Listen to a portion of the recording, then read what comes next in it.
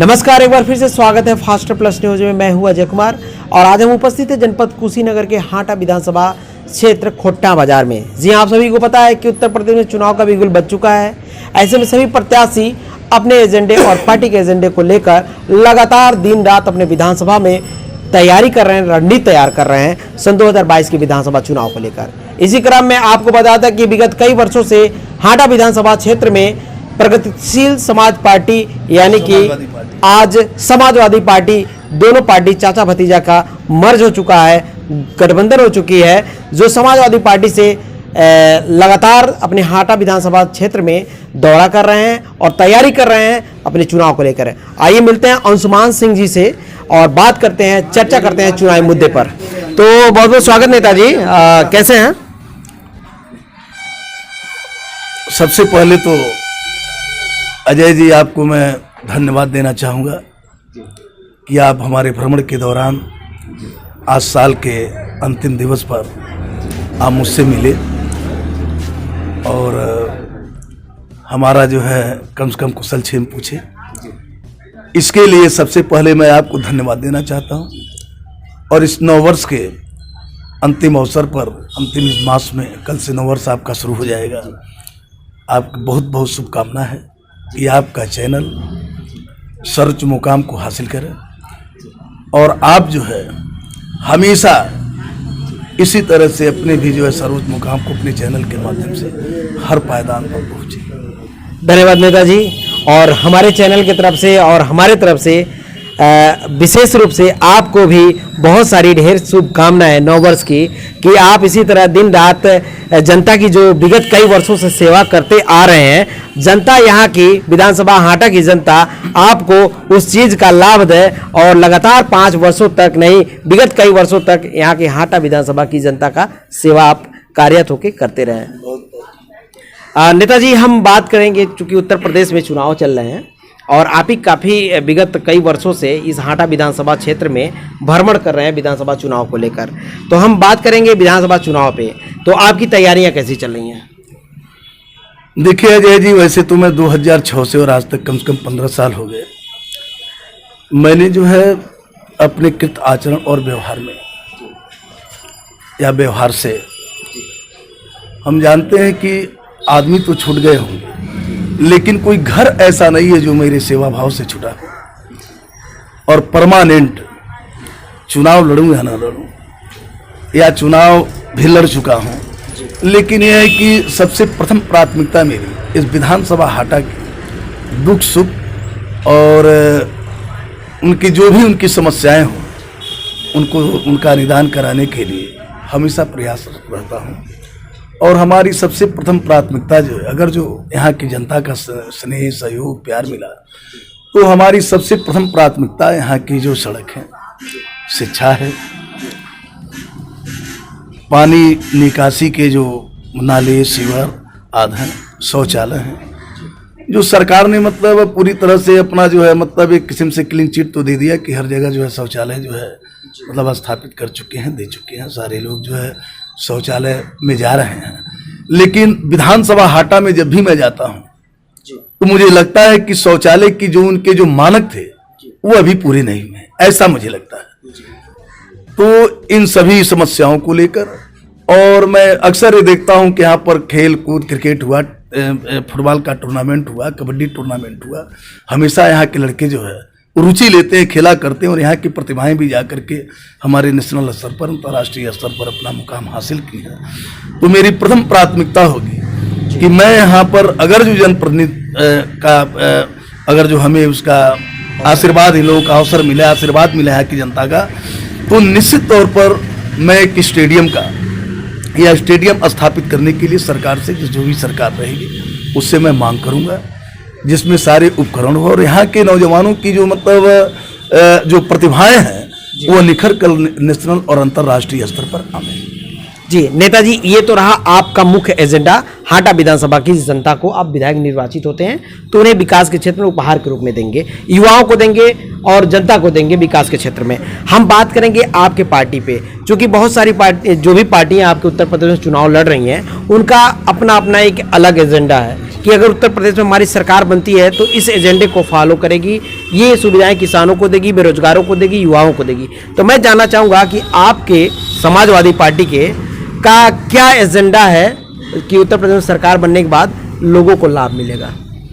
देखिए, हमारा एजेंडा सीधा है। पहले तो आप देख रहे हैं कि मतलब जब ये सरकार आई, भारतीय जनता पार्टी पूर्ण बहुमत में आई, एक लहर थी 2017 में, और यहाँ के युवाओं को, पूरे प्रदेश के युवाओं को एक मतलब एक उनके अंदर एक उत्साह था, उमंग था कि जब ये सरकार आएगी तो हमें रोजगार देगी। किसानों को ये आस थी कि जब भी ये भारतीय जनता पार्टी आएगी तो हमें जो एक नई नीति के तहत, जिससे कि किसानों में एक नई ऊर्जा आवे और किसान भी व्यापारियों की तरह अपना जीवन जी सकें, एक उनको उम्मीद थी, व्यापारियों को उम्मीद थी कि अगर ये सरकार आएगी, चूंकि व्यापारी, एक कहा जाता है कि व्यापारियों का मतलब लगाव समझिए, चाहे व्यापारियों के रुझान समझिए, चाहे व्यापारियों के अंदर की सोच समझिए कि भारतीय जनता पार्टी की तरफ ज्यादा रहती है।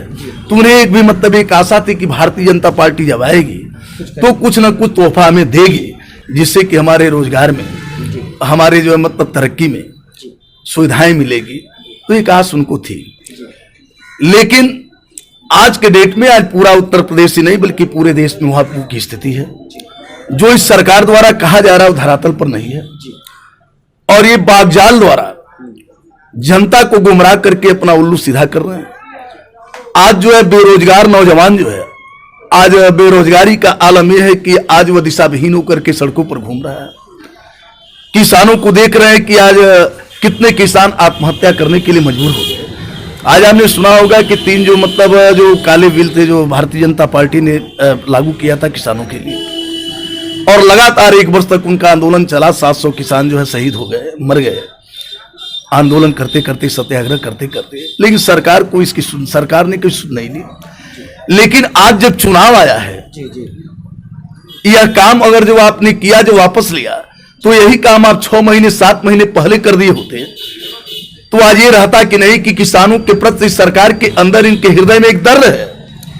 लेकिन जब चुनाव जो सब निकट आया है तो आप जो है मतलब पूरे देश से क्षमा मांग करके और आप कह रहे हैं कि किसान बिल मैं वापस लेता हूं। इसके पहले आप कह रहे थे कि यही किसान खालिस्तानी है। ये किसान नहीं है।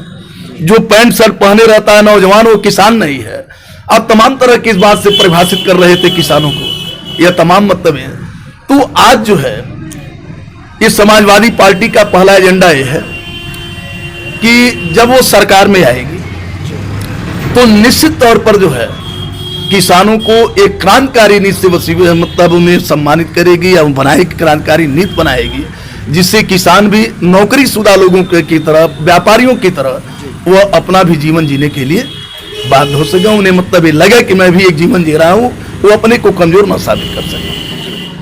हमारे जो है मतलब हमारे राष्ट्रीय अध्यक्ष समाजवादी पार्टी के राष्ट्रीय अध्यक्ष माननीय अखिलेश यादव जी, हमारे माननीय प्रगतिशील समाजवादी पार्टी के अध्यक्ष शिवपाल यादव जी के, उनके अंदर ये है कि निश्चित तौर पर हमारे किसान ही देश के असली मसीहा हैं। किसान ही अपने पुत्रों को सीने पर जो है मतलब यह रख करके, हाथ रख करके, अपना दिल ताम करके अपने बेटे को देश की सरहद पर भेजते हैं देश की रखवाली करने के लिए। किसान ही जो है पर्यावरण की रक्षा करता है। किसान किसी से तो मांग कुछ नहीं रहा है, किसान तो अपने जीवन जीने का हक ही तो मांग रहा है ना। और इन किसानों के हक दिलाने के लिए प्रथम प्राथमिकता है। और हमारे राष्ट्रीय अध्यक्ष अखिलेश यादव जी, हमारे राष्ट्रीय अध्यक्ष माननीय शिवपाल यादव जी सर पर कफन बांध करके किसानों के लिए निकल पड़े। ये पहला एजेंडा है। दूसरा एजेंडा ये होगा कि हमारी सरकार आएगी तो निश्चित तौर पर हर घरों से एक लड़का और एक लड़की को रोजगार मिलेगा, ये हमारा वादा है। तीसरा हमारा वादा यह है कि अनुदेशक आज जो है विगत कई वर्षों से अपनी जो है मतलब हम जानते हैं कि 7,000 पहले सरकार दे रही थी और आज भी वो सरकार अभी आज भी 7,000 पार हैं, जबकि हाईकोर्ट का निर्देश था, माननीय उच्च न्यायालय का निर्देश था कि इनके वेतन को बढ़ाया जाए। लेकिन आज भी नहीं बढ़ा, आज भी उतना ही वेतन बढ़ाएगा। और जब हम जानते हैं, जब चुनाव से निकट आया है तो एक चुनावी जो है मतलब ये है कि चुनावी थीसिस है कि 1,500-2,000 रुपया अन्वेषकों का बढ़ा देंगे, लेकिन ऐसा कुछ भी नहीं है। तो आज वो अन्वेषक जो है एक प्रत्याशा में एक सोच रहे हैं कि हमको आने वाला कल हो सकेगा कि मतलब सुनहरा अवसर आए, उसके प्रत्याशा में अपनी जीवन को, अपनी नौजवानी को आज जो है किसी तरह से कुर्बान करके उसमें पड़े हुए हैं। मैं उनको, उनके वेतन जो है हम लोग, हमारी सरकार बढ़ाएगी। आज देख रहे हैं आंगनबाड़ी उनका पूरी उनकी महीने की तनख्वाह जो है 50-55 इतना ही होगी, या बहुत होगी 6 होगी, और नीचे सहायिकाओं को हम जानते हैं कि 3200-3000 ये होगी। जबकि आंगनबाड़ियों से जो है पूरा काम कराया जाता है, जैसे बीएलओ आंगनबाड़ी है, जा करके जो है ना ये जो है लड़कों को इंजेक्शन मतलब जो भी मतलब टीकाकरण करना होता है आंगनबाड़ी है, जो भी मतलब कुल मिलाकर के संपूर्ण काम जो है मतलब जो बच्चों से लेकर के मतलब शिक्षा से लेकर के छोटे छोटे बच्चों को लेकर के आंगनबाड़ी करते हैं। मैं जानता हूं कि एक स्वीपर भी होगा, उसकी भी तनख्वाह 18,000-2200 मतलब 20,000 से कम नहीं होगी। तो इस पर सरकार को इस पर सुधि लेनी चाहिए। हम जब सरकार में आएंगे तो आंगनबाड़ियों की उनकी तनख्वाह में वृद्धि करेंगे, यह हमारा मतलब संकल्प है। और दूसरी बात यह है कि जैसे मान लीजिए कि शिक्षा का व्यवस्था है, तो शिक्षा का व्यवस्था एक फौरी तौर पर यहाँ मतलब सुधार ला दिए, वहाँ सुधार लिया, वहाँ मतलब ये कर दिए, वहाँ कर दिए, कहीं बस केवल कागजों में है, धरातल पर नहीं है। उस शिक्षा में भी हम लोग जो है मतलब गुणवत्ता लाने का प्रयास करेंगे, नौजवानों में एकता का प्रयास करेंगे। बाकी जो भी जनहित संबंधी जो भी काम है, जन समस्या है, उन जन समस्याओं के समाधान के लिए हमारी पार्टी हमेशा दृढ़ संकल्पित रहेगी। चूंकि विपक्ष पार्टी का और अन्य पार्टियों का कहना है कि चाचा भतीजा को लेकर टिप्पणी करने का काम कर रहे हैं, इसको क्या कहेंगे आप? देखिए, वो तो जो है राजनीति में टिप्पणी तो होती ही रहती है। कोई टिप्पणी, कोई मतलब सकारात्मक टिप्पणी करता है, कोई नकारात्मक टिप्पणी करता है। लेकिन यह है कि जो चाचा और भतीजे की बात हो रही है, समाजवादी पार्टी की धरातल को, उनकी बुनियाद को ही हमारे माननीय नेताजी मुलायम सिंह यादव जी ने, और उनके समझ लीजिए कि एक लक्ष्मण के जैसे राम के भाई लक्ष्मण थे, आज उस लक्ष्मण जैसा भाई बनकर उसे स्थापित करने का काम हमारे माननीय राष्ट्रीय अध्यक्ष श्री शिवपाल यादव जी ने किया था। और अखिलेश जी उनके भतीजे, भतीजा माने बेटा, लड़का। तो टिप्पणी क्या मतलब, तो उन्होंने ये कहा कि अखिलेश तुम आगे आगे चलो, मैं पीछे पीछे चल रहा हूं, तुम मुख्यमंत्री बनो, मेरी दिली इच्छा है, ये हमारी दिली इच्छा है। आज हमेशा वो कहते आए कि जितनी भी मतलब सेकुलर पार्टियां हैं, जैसे मान लीजिए कि चौधरी चरण सिंह के जो मतलब ये हैं अनुयायी हैं, जो मतलब महात्मा गांधी के अनुयायी हैं, जो डॉक्टर लोहिया के अनुयायी हैं, ये सारे लोग जो है मतलब और अन्य विपक्षी पार्टियां जब तक एक मंच पर नहीं आती तब तक भारतीय जनता पार्टी जैसी सशक्त पार्टी को हम शिकस्त देने में कामयाब नहीं होंगे। आज वही हुआ। आज जो है मतलब ये आप देख रहे हैं कि आज जो है मतलब देश को आजाद हुए 70 साल से ऊपर हो गए, लेकिन यह है कि आज का दौर यह है कि आज देश में प्रगति और सम्मान पर चर्चा नहीं हो रही है। आज जगह जगह चर्चा किसकी हो रही है? महंगाई की, भयंकर भ्रष्टाचार का और राजक कुशासन का। तो आज तो स्थिति जो बद से बदतर हो गई है, लेकिन हमारी पार्टी आज नौजवानों को जगाने का काम कर रही है। आज नौजवान अंगड़ाई ले रहा है। आज अखिलेश जी के प्रति, माननीय शिवपाल जी के प्रति आज नौजवानों में आज जो मतलब उमंग है, जो उत्साह है, वो ये लग रहा है कि भारतीय जनता पार्टी की सरकार को जाना ही जाना है। यह उनके लिए आखिरी कील साबित होगा। आज जो नौजवानों किसानों में आक्रोश है, आप सुन देख रहे होंगे, आप तो मतलब जगह जगह जाते होंगे। आज नौजवानों और किसानों दो का ही ले लीजिए, तो आज नौजवानों और किसानों में जो आक्रोश है, हमें लगता है कि यही भारतीय जनता पार्टी के शासन के लिए, उसके प्रभाव के लिए आखिरी कील साबित होगा। यह मुझे ऐसा लगता है। नेताजी, हम बात करेंगे कि आपकी पार्टी में यानी सुहेलदेव पार्टी के राष्ट्रीय अध्यक्ष ओम प्रकाश राजभर जी का भी गठबंधन आपकी पार्टी से हो चुका है, समाजवादी पार्टी से। चूंकि विपक्ष और अन्य पार्टी का भी कहना है कि ओम प्रकाश राजभर जी रोटी सेकने का काम करते हैं, यानी दल बदलने का काम करते हैं बार बार, क्या कहना चाहेंगे? देखिए, दल बदलना और दल न बदलना, ये देखिए जो है एक सिक्के के दो पहलू हैं। देखिए मैं बता दूं, अगर जो हमारा विचार आपसे नहीं मिलता, जो मेरे एजेंडे हैं आप उस पर खरा नहीं उतरते हैं, ये राजनीति है और राजनीति मुद्दों की होती है, राजनीति सहिष्णुता की होती है, राजनीति का एक अपना फंडा होता है। अगर जो कोई किसी दल का राष्ट्रीय अध्यक्ष अगर जो मान लीजिए कि किसी दल से अगर वो गठबंधन करने जा रहा है तो उसके भी मुद्दे होंगे कि भाई ये मेरा आरक्षण है, ये हमारे लिए मतलब ये फला फला, ये जो भी मतलब उनका मुद्दा हो, अगर जो आप करेंगे तो मैं आपके साथ रहूंगा, और उसमें आप विफल होंगे तो फिर जो है मतलब हम आपके साथ गठबंधन में नहीं रहेंगे। तो ओम प्रकाश जी जो है मतलब भारतीय जनता पार्टी के एक सहयोगी थे, उनके गठबंधन के जो है मतलब एक धड़ थे, एक अंग थे, लेकिन भारतीय जनता पार्टी ने जो इनका मुद्दा था, जैसे जो है मतलब इनको जो है क्या नाम है, राजभरों को कुछ सुविधाएं जो मतलब दिलाने के लिए उन्होंने मतलब मांग की थी, और भी कुछ मतलब पिछड़े लोगों के लिए मांग किया था, वह भी एक मतलब अपनी पार्टी के अपने मतलब पिछड़ों के एक अच्छे लीडर माने जाते हैं। अच्छा मतलब ये है जब भारतीय जनता पार्टी जब इसमें जब उनके लिए जब नकारात्मक ही मुद्दा मतलब नकारात्मक सोच रखी, उनका नहीं मतलब हो पाया, उनसे जो तालमेल नहीं हो पाया, उनके अनुरूप नहीं चल पाई, उनका एक भी मुद्दा नहीं माने, तो आ गए फिर अखिलेश जी में। और अखिलेश जी से उनको उम्मीद है, सकारात्मक उम्मीद है कि अखिलेश जी हमारे मुद्दे पर अमल करेंगे, इसके लिए करेंगे जिससे हमारे भी मतलब जो पिछड़े वर्ग के लोग हैं उससे लाभान्वित होंगे, इसलिए उन्होंने सपा से फिर कर लिया। लास्ट में अंत में नेताजी मैं जानना चाहूंगा आपसे कि लगातार स्वच्छाग्रही यानी कि स्वच्छ भारत मिशन में अभियान को सफल बनाने वाले भारत में उत्तर प्रदेश में स्वच्छाग्रही जिन्हें माना जाता है, वो लगातार सरकार से गुहार लगा रहे हैं, मांग कर रहे हैं कि हमें नियमित किया जाए और मानदेय दिया जाए, इसको लेकर क्या कहना चाहेंगे? देखिए, नियमित तो अगर जो कहिए तो नियंत्रण जो भी संविदा कर्मी हैं इस उत्तर प्रदेश में, संविदा कर्मी जो भी हैं आज जो 20 साल से 25 साल से 15 साल से जो अपने जो है मतलब अपनी सेवा दे रहे हैं, सरकार को योगदान दे रहे हैं, तो मेरा मतलब मानना है, मतलब हमारी एक मतलब ये है कि निश्चित तौर पर जो है पूरे संविदा कर्मी को उनको जो है मतलब परमानेंट कर देना चाहिए। मतलब ये हमारा अपना मतलब है, तो बेचारे कहाँ जाएंगे। अंत में मैं चाहूंगा कि हमारे चैनल के माध्यम से समस्त हाटा विधानसभा की जनता को 9 वर्ष की क्या शुभकामनाएं देना चाहेंगे?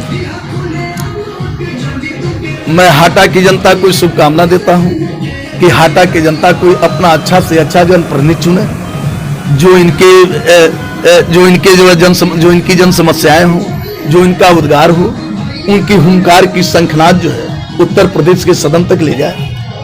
और आपके चैनल को और आपको खास तौर पर मैं ये शुभकामना देता हूं कि आप भारतीय दर्शन को प्रचारित और प्रसारित करने के लिए आप अपने हर ऊंचाइयों, हर मुकाम, हर ऊंचाइयों को आप इसी तरह छूते रहें। यह मेरी तरफ से आपके प्रति मेरी शुभकामना, आपके चैनल के प्रति मेरी शुभकामना। धन्यवाद नेताजी। और हम लोगों की तरफ से भी आपको ही शुभकामनाएं होंगी, जो मैंने शुरू में आपको बताया कि आप यहां से एक विधायक के रूप में निर्वाचित हो और क्षेत्र की जनता के बीच अपनी आवाज को लेकर विधानसभा में उठाने का काम करें और क्षेत्र का विकास करने में निरंतर लगे रहें।